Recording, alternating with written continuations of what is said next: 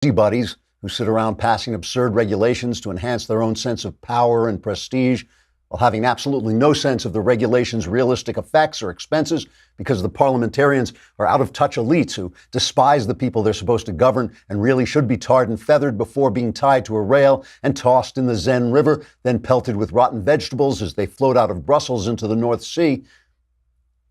I guess I sort of lost track of where that sentence was going. But anyway, the EU passed a law that would make it illegal to post screen grabs from movies and TV shows on Facebook or Twitter.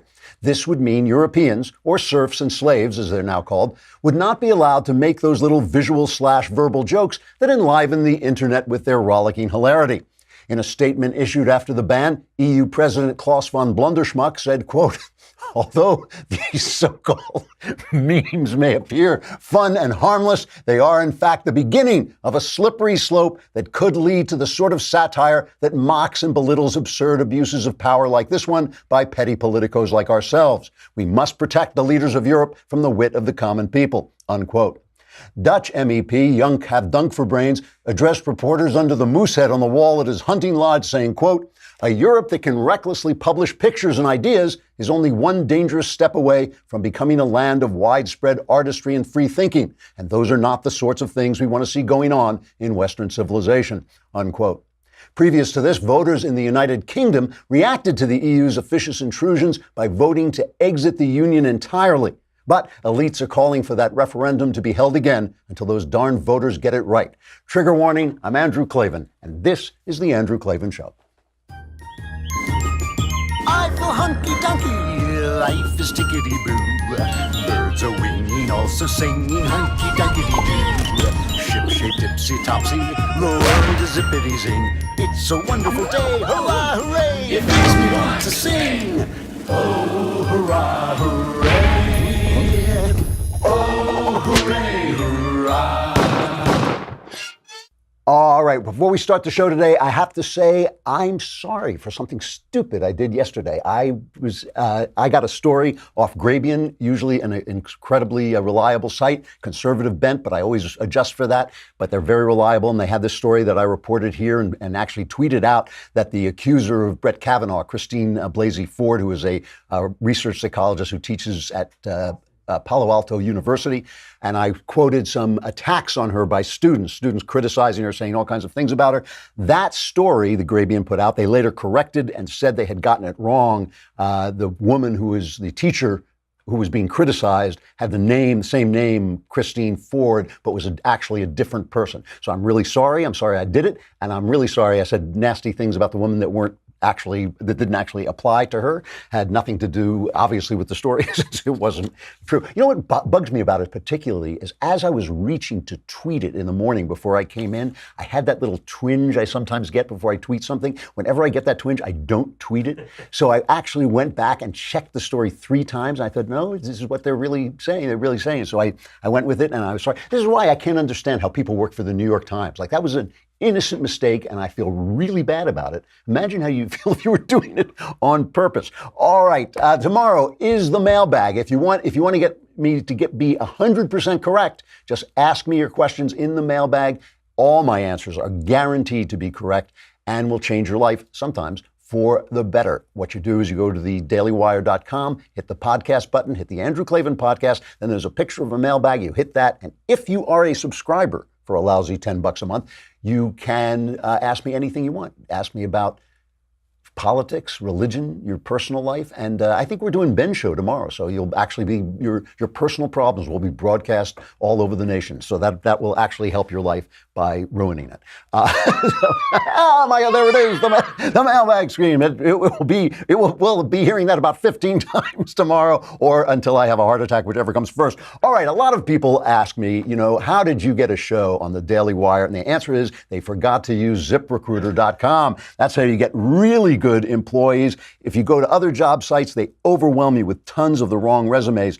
But it is smarter to go to ZipRecruiter.com/dailywire, because unlike other job sites, ZipRecruiter doesn't wait for candidates to find you. ZipRecruiter finds them for you. Its powerful matching technology scans thousands of resumes, identifies people with the right skills, education and experience for your job and actively invites them to apply. So you get qualified candidates really fast. No more sorting through the wrong resumes. No more waiting for the right candidates to apply. It's no wonder that ZipRecruiter is rated #1 by employers in the U.S. They just tune in this show and think, I got to get ZipRecruiter, so that doesn't happen to me. Right now, my listeners can try ZipRecruiter for free at this exclusive web address, ZipRecruiter.com/dailywire. That's ZipRecruiter.com/dailywire, DAILYWIRE. You know how to spell that. It's ZipRecruiter.com/dailywire.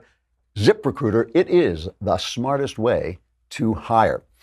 So I got to say it, well played, slimy Democrats. You stooped to the lowest possible stratagem, coming out, waiting till the Brett Kavanaugh hearings were over, then releasing this anonymous attack about a supposed sexual event that happened 35 years ago in high school. There's no way, there is no possible way that this should matter.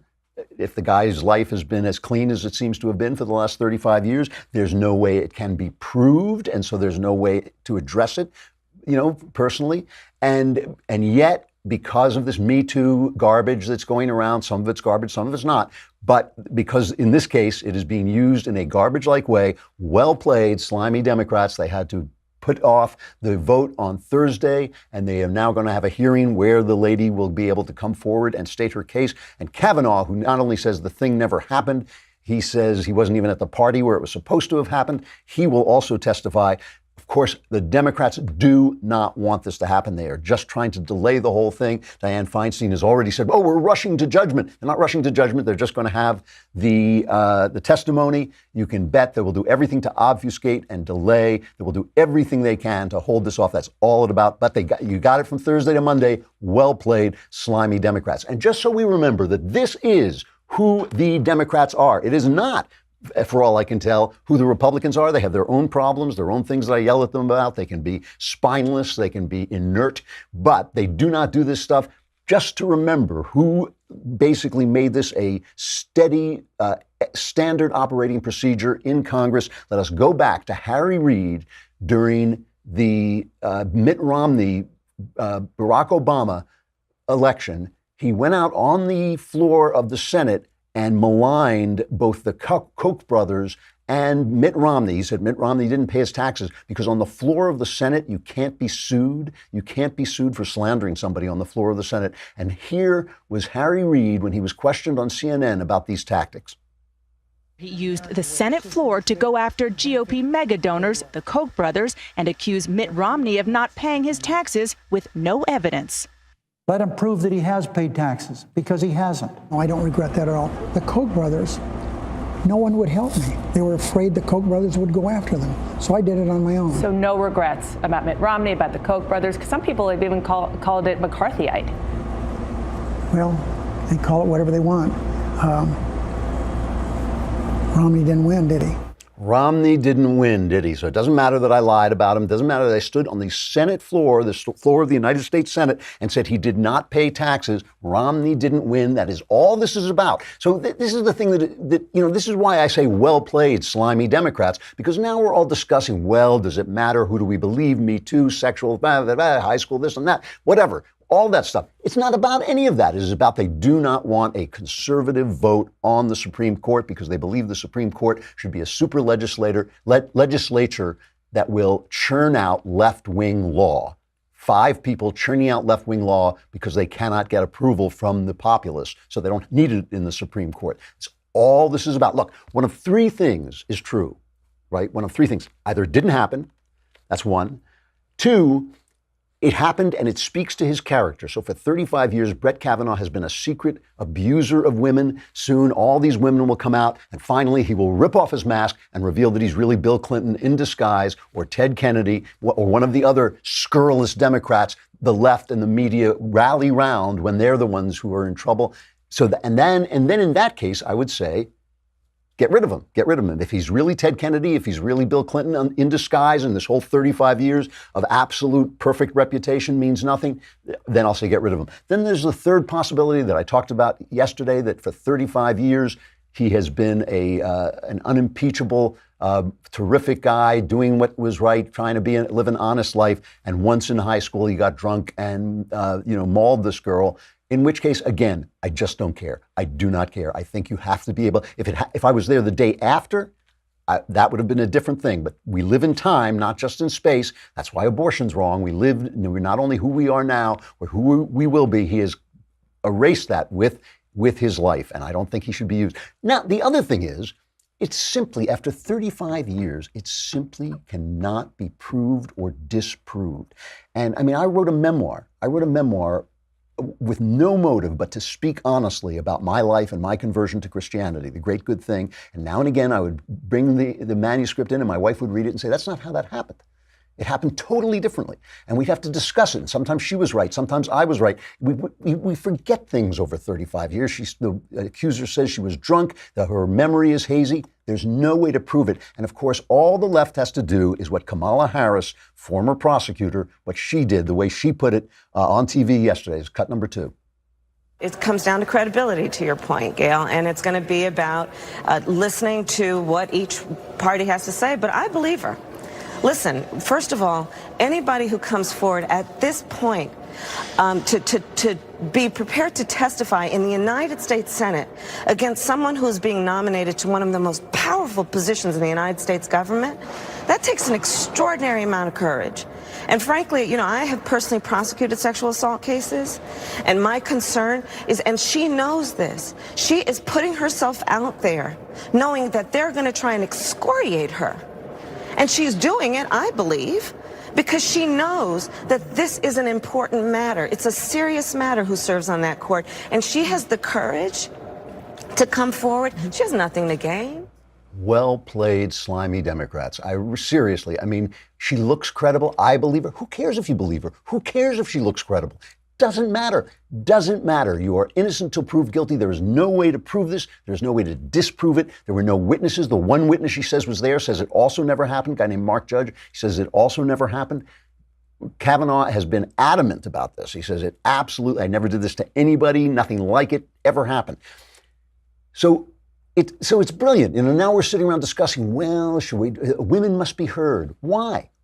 Women needn't be heard any more than men need be heard after 35 years saying something that cannot be proved. You should not, your career, your life, nothing should be based on a person coming forward with information like this.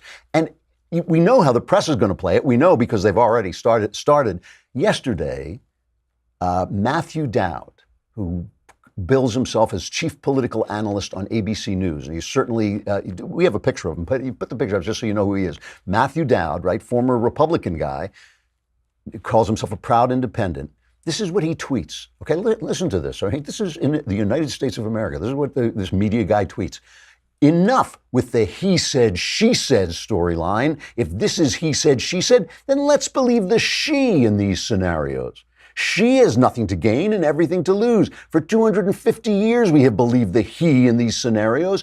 Enough is enough. Now, that tweet raises an interesting question. What the hell are you talking about, you stupid knucklehead? What the hell? What on earth is he talking about? For 250 years, we believe one thing. You're innocent until proved guilty. I'm not aware that women have been unfairly treated in these things. It's just that if you can't prove it, you can't prove it. You can't send a man to prison. You can't destroy his career, or a woman, anybody, to prison. You can't destroy his career with unsupported allegations. I mean, that is the very, very basis of Anglo-American law. And he's saying, well, enough of that.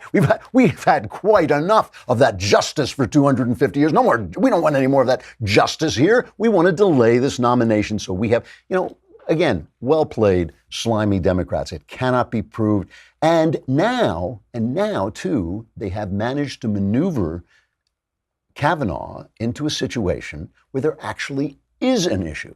There actually is an issue. I said yesterday, and I say it again, that if he did this in high school, he got out of hand. I don't believe he did. I don't believe it at all. But if he did, I don't care. But now there's an actual issue. Susan Collins, who has been very fair about this, I mean, she's a liberal for my taste, but that doesn't mean she's dishonest, and she has been stalwart and steady about what she said. She gave this comment to the press, and listen to what she says, because it actually raises an important issue.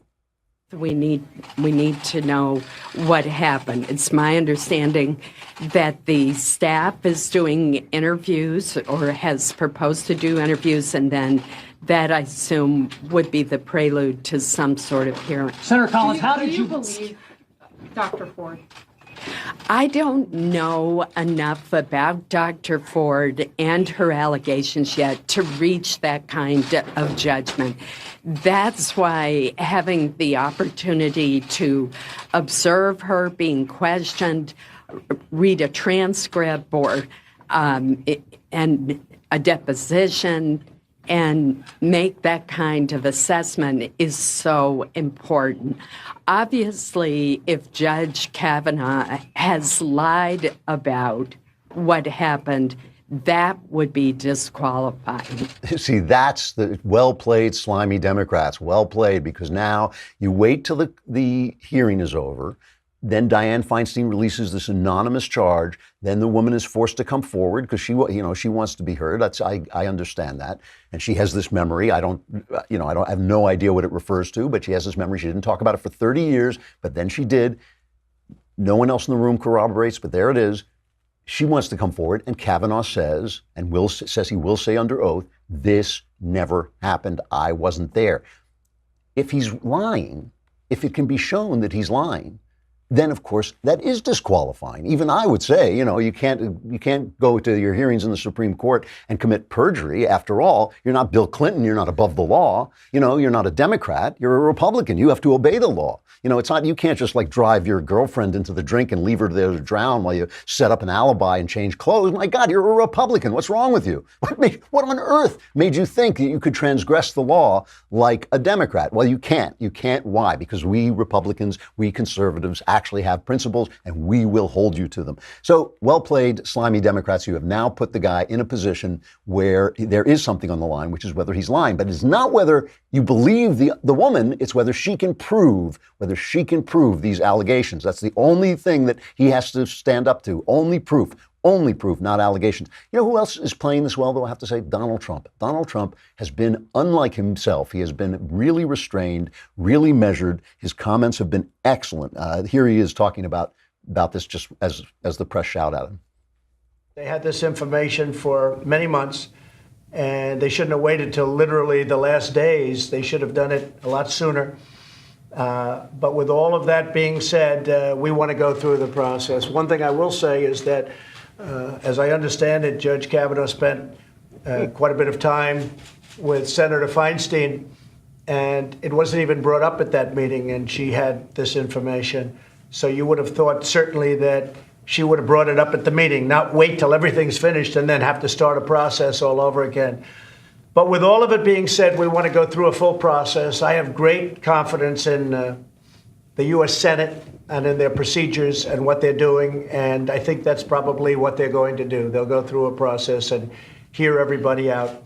I think it's important. I believe they think it's important. But again, he is one of the great intellects and one of the finest people that anybody has known. You look at his references, I've never seen anything quite like it.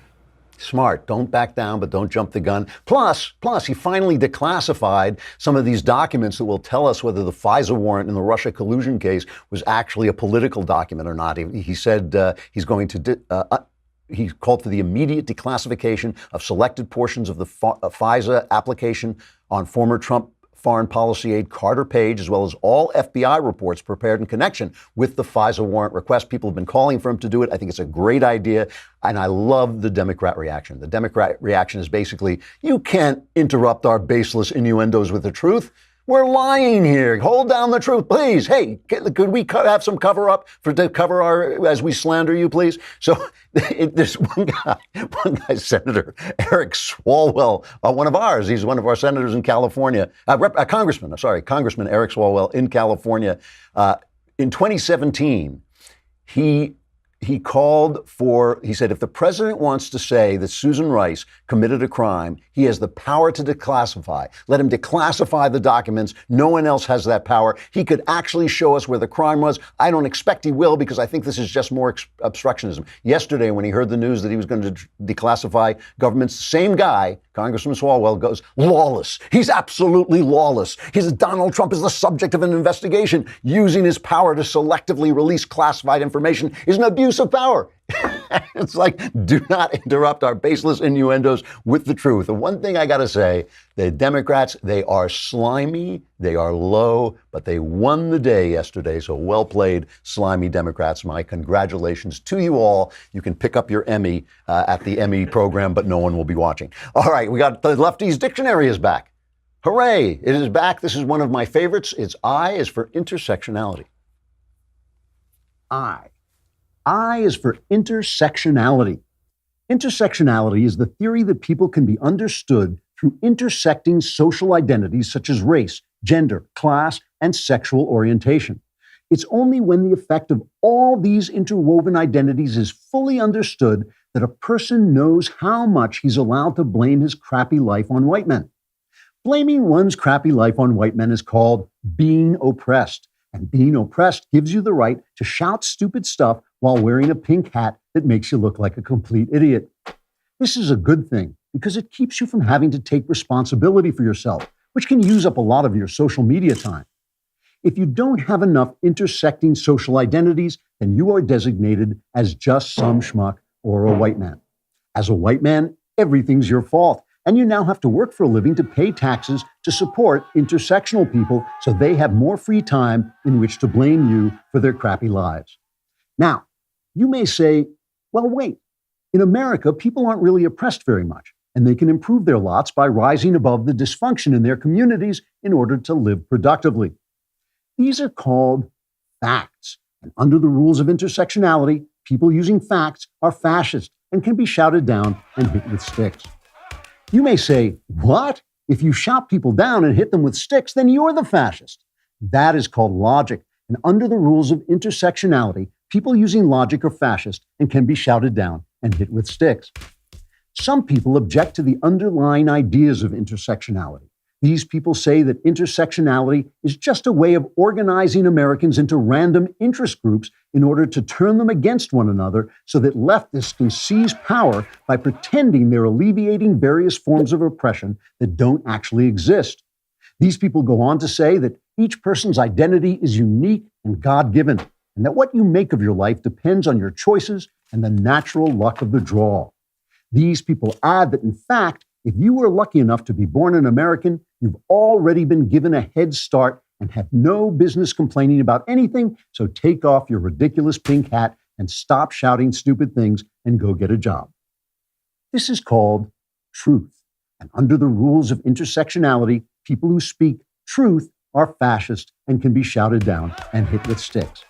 So now you understand that intersectionality is a new and original way of weaving together facts, logic, and truth and beating them to death. I is for intersectionality.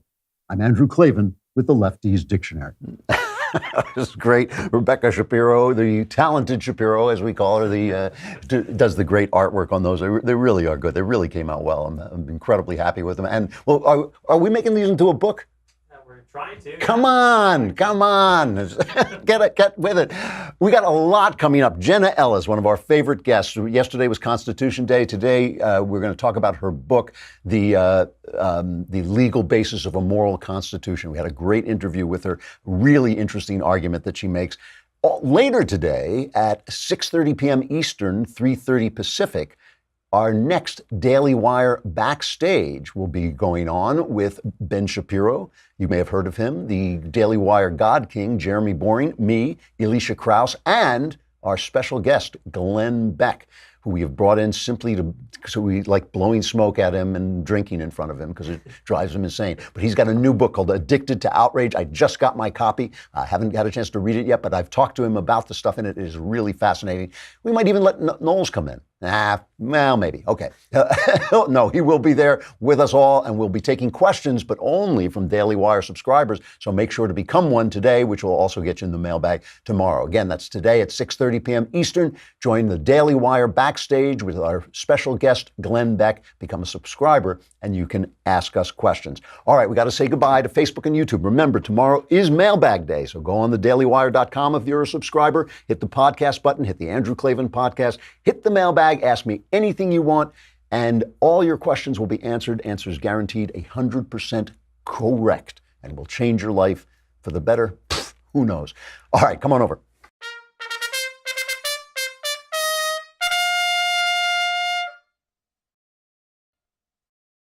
If you are a listener or viewer of this podcast, you have probably seen the excellent Jenna Ellis talking about the law. She is the director of the Dobson Policy Center, a contributor to the Washington Examiner, the Federalist, and the Daily Wire. She also has her book, which is a lot of what we're talking about today, The Legal Basis for a Moral Constitution, a guide for Christians to understand America's current constitutional crisis. I read it, and I talked to her about it. Here it is.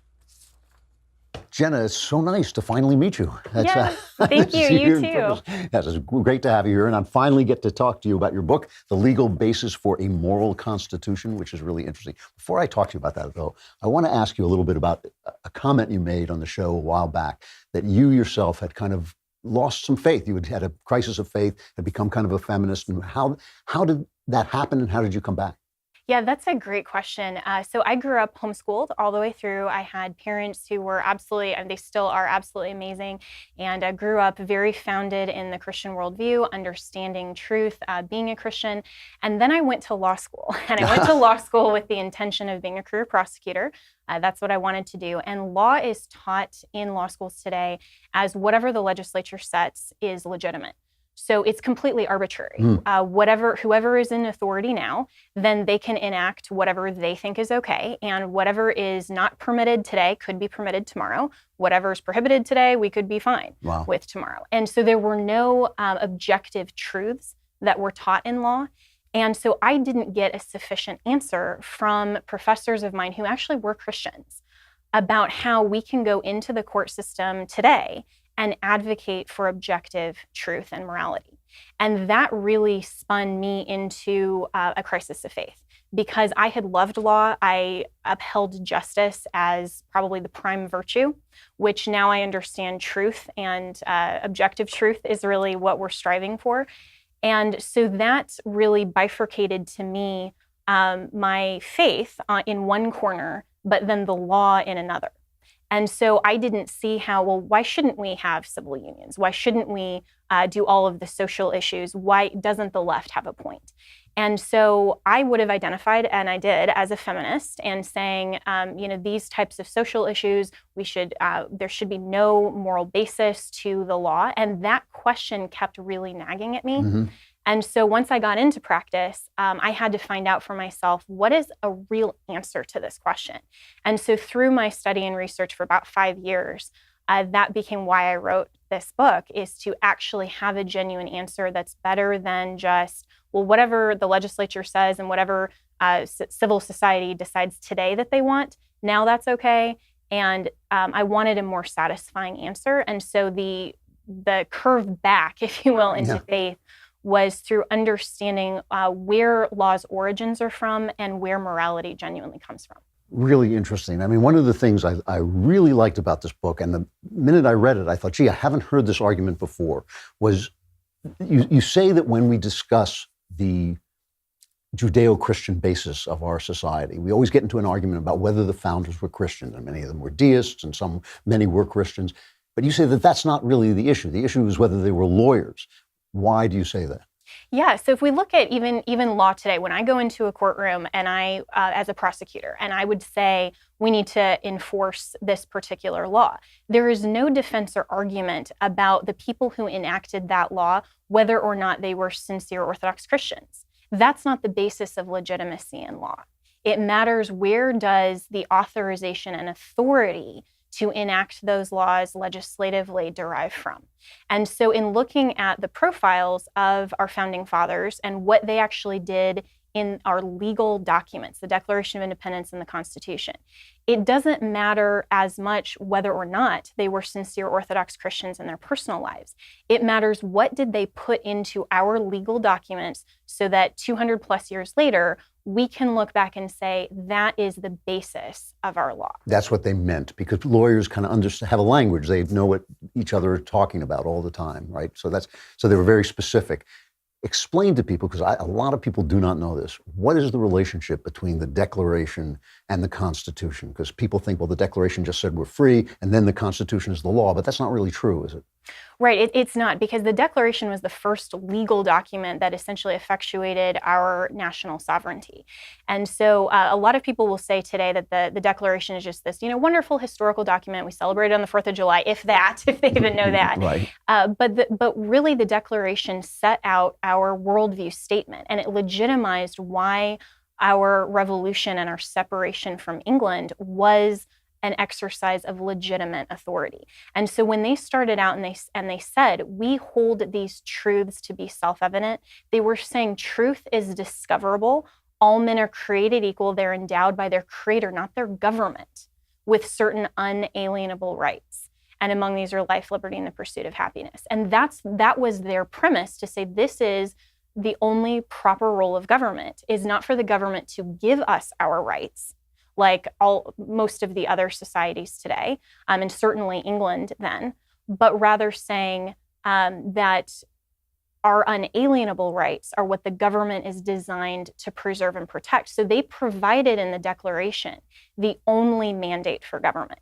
And as really good lawyers, they appealed to the highest authority of the law that they knew, which is the supreme judge of the universe. Because they were going over the head of the king too, right? So, exactly, and that was their name for God in the Declaration. And so just like, for example, if you and I had a contract dispute, right? And we had, there was a contract that you're going to sell me your Leftist Tears mug for, and you will. Yeah, I want to take that with me. And you're going to sell that to me for $500, right? Because it's so amazing. And then 200 years later, our heirs and our posterity are going to litigate that contract. Nobody is going to come in and say, oh, well, the terms of that were so completely different. How could we possibly know? This evolves over time. Nobody in the contract world will ever say that the terms didn't mean what they meant to the two parties that entered into the agreement. So why is our Constitution somehow just this magical document that we can say, oh, well, the terms just evolve over time, our rights evolve over time? They're not looking at the 5 pages of the document. So they are establishing in the Declaration that the authority for the Constitution is the authority of the supreme judge of the universe. But they obviously didn't mean for the church to be that judge, right? They meant, when they said God, they meant God, right? What does that mean in real terms? Yeah, so that's a question I often get is, well, you're advocating for a theocracy, Jenna. Well, that's not true, because if we look at the reality to which we're presented, and we also look at Scripture, God has ordained 3 spheres of government: the civil government, the church government, and the family government. They have very different delegated authority from God himself. If we look at Romans 13, then the civil government is supposed to bring about justice in society and can carry the sword, meaning capital punishment. Capital punishment is not given to the church or the family, thankfully. A lot of families, a lot of people would say, thankfully, my parents didn't have that. Oh, yeah. I thought I had it in my family. Right. So we see they're very different authorities. So that's what Jefferson meant by the separation of church and state, is a separation of delegated powers, which is what our founders recognized. Delegated powers to government have to be under the authority of what God's design and purpose for government is. And that doesn't mean that Christians or people of faith can't participate in all 3 spheres. It's just that the church's authority structure and how what their role is in society and in humanity, just like the family, is very different from the civil government. But when they talked about nature and nature's God, they meant that God's will was discoverable in life, right? That it was not necessarily had to be based on Scripture according to the documents. It could be natural law, essentially, those things that we know to be right and true. Absolutely. You talk about that idea being replaced by the idea of the social contract. What does that mean? Yes, so C.S. Lewis actually has a great definition and argument for what natural law means. And if we look just at the reality to which we're presented, there are certain things and legal principles that we just can't avoid because we are in our reality. Right. And so, for example, and one of the examples I give in my book is if Congress tomorrow said, it would be really great, let's just pass a resolution that says that gravity no longer applies. We all can fly because it's too expensive to go transatlantic. We would all laugh, right? And we know that they don't have that authority. They are bound by the rules of the universe, and God, for his own sovereign purposes, ordained and established our reality. And so what has been replaced in thinking is to say that the origin of law is not reality, but man himself is the divine lawgiver. It's just an agreement between folks. It's just an agreement. And so if we look at where does law come from, it either has to come from man or something outside of man, meaning God. And we can have the conversations about who God is, obviously. But when we're looking at what the replacement for the social contract theory is, what our society today would like is just the ability of contract, and to say whatever man consents to. And this is what they teach in law school. Law is totally arbitrary. If Congress wants to say this is abortion is fine, it's legal, it's permissible, they can do that. They have all authority to determine morality on their own whim. And so the social contract theory is based in the worldview of secular humanism, basically meaning that man is the sovereign and we can do absolutely whatever we want and we can define morality on our own terms. And so people use that term, we the people, to mean, oh, we the people are the moral lawgivers. We can determine our own reality. But in fact, we the people in the Constitution, in the preamble, is referring to the very same people in the Declaration that are endowed by their creator, not their government, with those unalienable rights. Among them, the right to life, right? So that is actually right in there, is it said as natural. And our posterity as Right. well. When we talk about, in the preamble of the Constitution, it refers to ordaining and establishing this Constitution for ourselves and our posterity. We still, in American law, in property rights, we will just have heirs apparent because we understand that there may be future children born to a certain family that will then inherit some of the property. And so even before they're born, they have property rights. How much more should they also have the right to life? So your argument is that there has been a concerted effort by the left to replace natural law with social contract law, and that this has come up in a number of cases through the years that have actually managed to kind of do this, to replace the one idea with the other in our constitutional law. Am I giving a fair description? Absolutely. So let's talk about some of the cases. Well, what would you say are some of the cases that people don't know that have affected that exchange? Right. So when people are looking at a lot of the cases that they disagree with, they're looking only at the outcome. So for example, Roe versus Wade, everyone knows and they disagree or agree with the outcome of that case. But what they're not looking at is what led up to that and why does the Supreme Court think that they have the authority to determine those types of outcomes.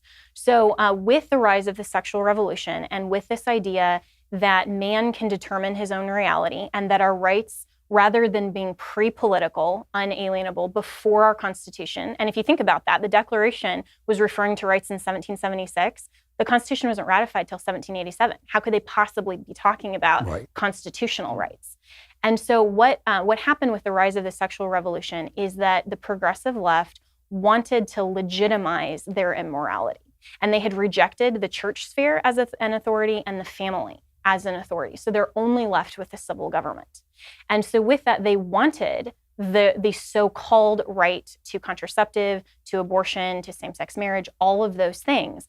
But that's not actually in the Constitution. The Constitution only gives powers to the government, limited powers, to operate to preserve and protect our fundamental rights. So what happened in 1965 with a case called Griswold versus Connecticut, it was one of the very first contraceptive cases, and it led to Planned Parenthood versus Casey, Roe versus Wade. All of the sexual revolution cases have outflowed from that one case, which the panel of justices looked at the Constitution and said, really, we don't have any authority to determine this. But what they did is said that there is a so-called vast penumbra in the Constitution where we can literally read between the lines of the text of the Constitution and find rights that emanate from the Constitution that then we can regulate and we can enforce at whim.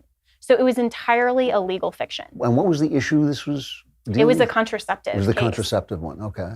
Now, you talk about the case where we got the penumbras and the emanations, which I love. I always thought that was so creative. And that really does lead to Roe v. Wade. And and I don't even know if it leads to Obergefell, the gay marriage decision. That seemed to just come out of nowhere, out of Anthony Kennedy's ear. I mean, he just seemed to pull that out of his ear. Am I wrong? Well, but it's a whole line of the progressive left wanting to use the judicial branch to legislate their activism and their agenda.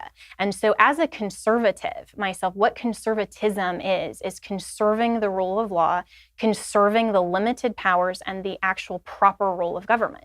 So unlike capital L libertarians that say government is essentially evil, its only purpose is to enforce and moderate contracts, right? That consent, that's still a secular humanist principle. But then the left will then say, well, big government should be able to regulate everything. Conservatism is not about a political party. It's about conserving objective truth. So much of this, and you do point this out in the book, so much of this revolves around sex. Now, sex has changed because people have birth control. It has made people more free to make decisions. I can't imagine us ever going back to a world in which the states legislate against certain kinds of sex. Is it inherent in sexual freedom that we lose our political freedom? Are those two things related? Or can we have a world in which I don't have to care about what my neighbor is doing, which I deeply want? I deeply want not to care about what my neighbor is doing privately. Can we have a world in which we don't care about that and remain free as the founders intended? And I think your question is to the heart of, can we legislate morality? And the answer to that is that we do every day. I mean, every single criminal law that's on the books is society's designation of what we believe and understand to be wrong. There is always a moral, implicit understanding in our law of our society saying certain acts are prohibited.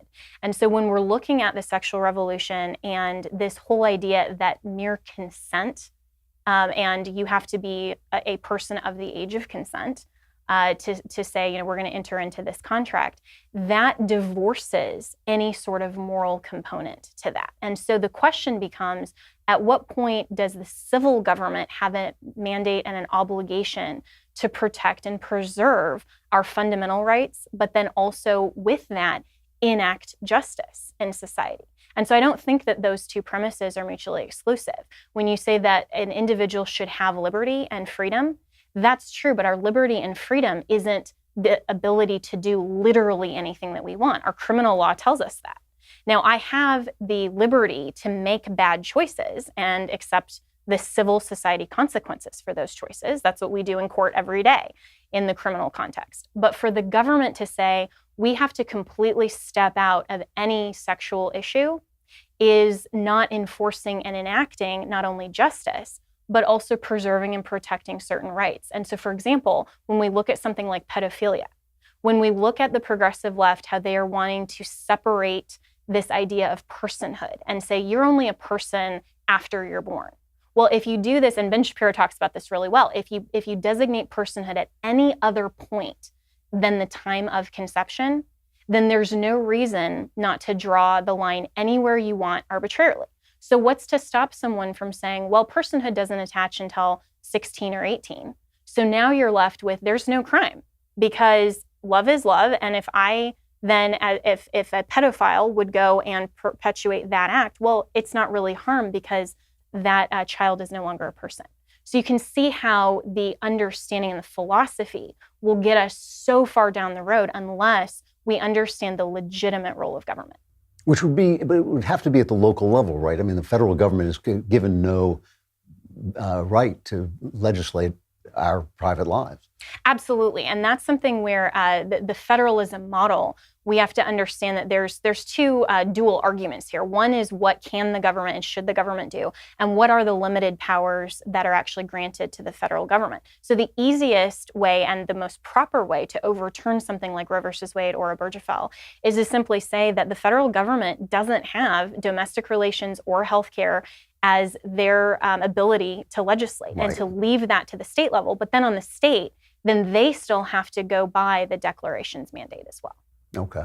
I don't have any more time, but I want to ask you one last question. What would you like to see conservatives doing to reverse the trend? Is that even possible?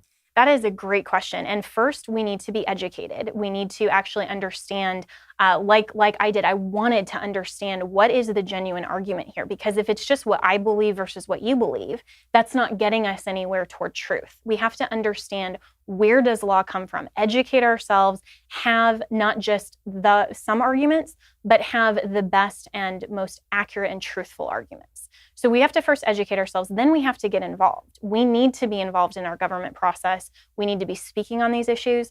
But then the best, and the last chapter of my book talks about the Convention of States Project, which is a way that the state legislators can propose amendments to our federal constitution for the purpose of reining in the federal government's abuse and overreach. And so if the state legislators pass a petition in 2/3 of the states, then they can call a convention for the purpose, solely the purpose of proposing amendments. They have to be ratified the same way as congressional amendments. All of our previous 27 amendments have gone through Congress, then the ratification process. But what we've never done is call a convention of the state legislatures.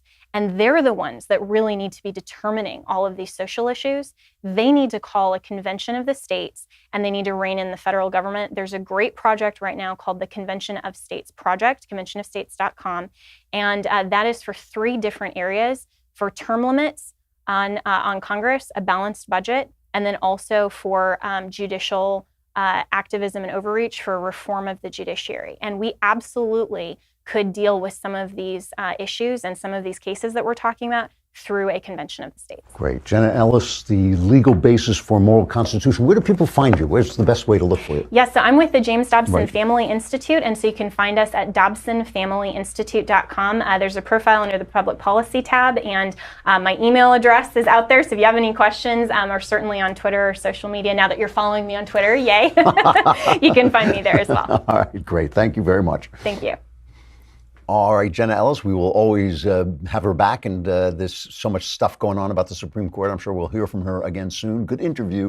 I'm going to skip, it went long, so I'm going to skip Sexual Follies, but I do have to mention this one story. You know, there's this movie coming out, Gosnell, The Trial of America's Biggest Serial Killer. I wrote the screenplay, and it comes out in theaters October 12th. So the producer, the executive producer, John Sullivan, he's worked on Dinesh D'Souza's movies as well. He reached out to NPR, National Public Radio, to get a sponsorship for Fresh Air, for the show Fresh Air on NPR, and he wanted to put an ad copy to publicize Gosnell, The Trial of America's Biggest Serial Killer. And they told him he could not describe Gosnell as an abortionist, which is what he was. So he changed it to abortion doctor, and they said, no, we can't say that. And they said sponsor credits that run on NPR are required to be value neutral. The guy was an abortion doctor who killed people. That's like, you know, how value neutral are we going to get about that? Anyway, that's NPR. You know, there's like no truth speaking in here. This is National Public Radio. But it really is amazing. You know, that's the whole point. How far will they go to cover up what this is, what abortion is? It is an amazing thing. All right, tomorrow, mailbag. Get your questions in now. We will answer them all tomorrow. All answers guaranteed 100% correct. Will change your life. For some of you, for the better. For the rest of you, it's just sad. I'm Andrew Klavan. This is The Andrew Klavan Show. Oh, hooray, hurrah. The Andrew Klavan Show is produced by Robert Sterling. Executive producer, Jeremy Boring. Senior producer, Jonathan Hay. Our supervising producer is Mathis Glover. Technical producer, Austin Stevens. Edited by Alex Zingaro. Audio is mixed by Mike Cormina. Hair and makeup is by Jesua Alvera. And our animations are by Cynthia Angulo and Jacob Jackson. The Andrew Klavan